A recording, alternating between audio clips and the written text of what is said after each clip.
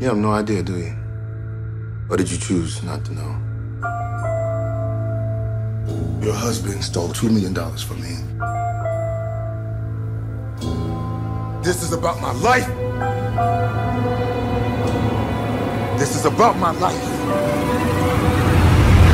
And because it's about my life, it now becomes about yours.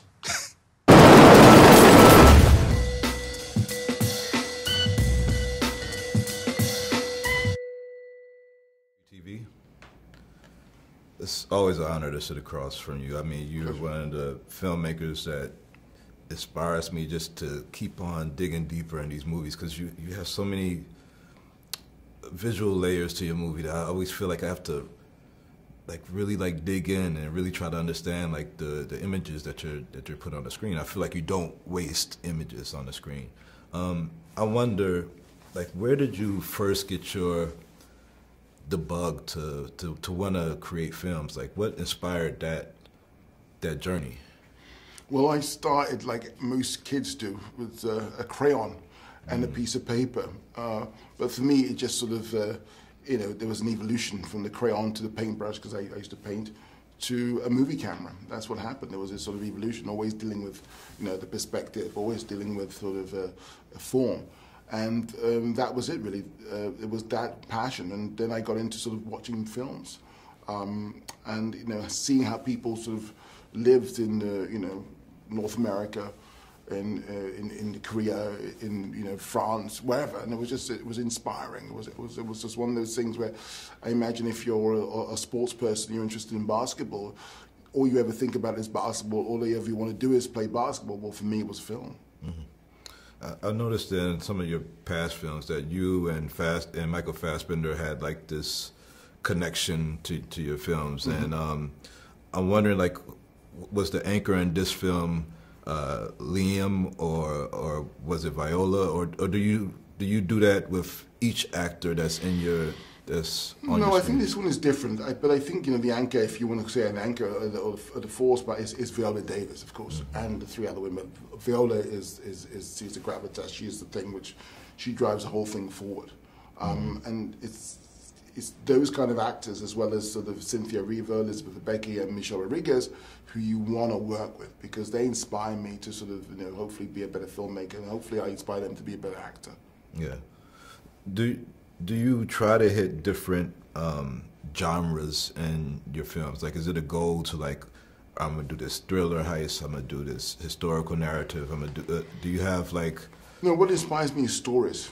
Again, this story, I was 13 years old when I sort of saw Widows for the first time on TV, and it was one of those situations where I was inspired by these four women who were deemed not to be capable, only being judged by their parents. And I was similarly judged at that time as a 13-year-old black man, and obviously judged by my parents in a very different way. But I had this affinity, I had this sort of connection with them. Yeah. And that's what makes me want to tell this story. And again, I think it's all about the story, not necessarily genre. I'm not interested in that, I'm interested in story.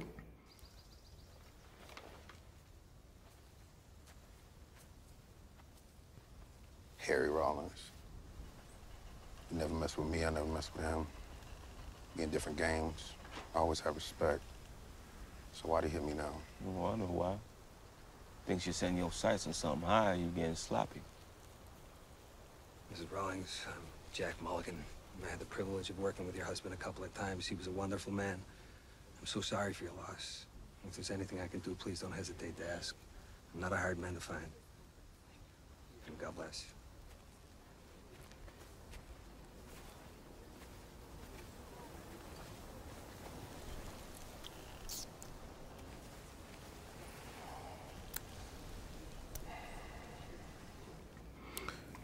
Every award season they have, these interviews with the directors. And I remember a few years ago when you had this THR interview and this round table, and you spoke very bluntly about directors not being inclusive and not showing a reality in their film. With 7 years ago. Yeah. Yeah. But I mean, it stood out vividly to me, because I felt like I just needed that to be said. Well, that conversation wasn't really. I mean, maybe it was taking place, but not in such a public space, I suppose. And I maybe had put people on the spot, and I didn't mean to do so, but someone asked me a question, I had to answer it. And things have changed. I mean, again, when 12 Years a Slave came out, I mean, the landscape has changed since then.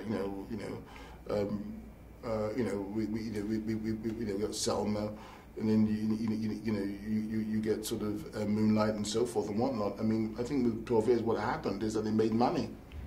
Yeah. And I know those other two films would not have gotten made if it hadn't made for 12 years, because the producers were the same. They told me, because 12 Years made money, we can make those other two movies, because Hollywood thought, okay, we can make money, and that's fine. I have no problem with that. Right.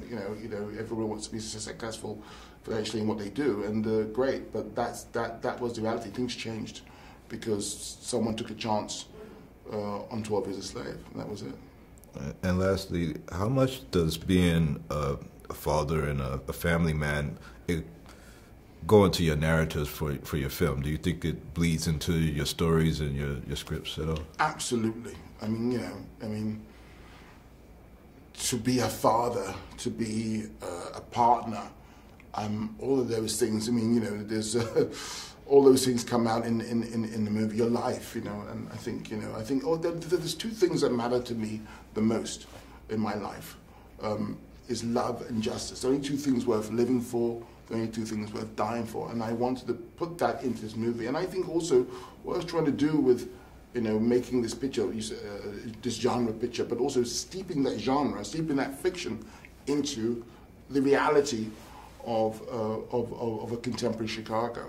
It's very important, I think, in some ways, to sort of, to have an idea of how we live and the environment we're in right now, and how we navigate our way through that environment. I mean, sometimes, sometimes we just don't think that we can actually do anything about our surroundings. We feel paralyzed, but it's like it's raining. But for me, at least, you could change the color of your raincoat. Yeah. That little option, that little sort of intervention is enough. Yeah. Thank you very much for your time, sir. Cheers.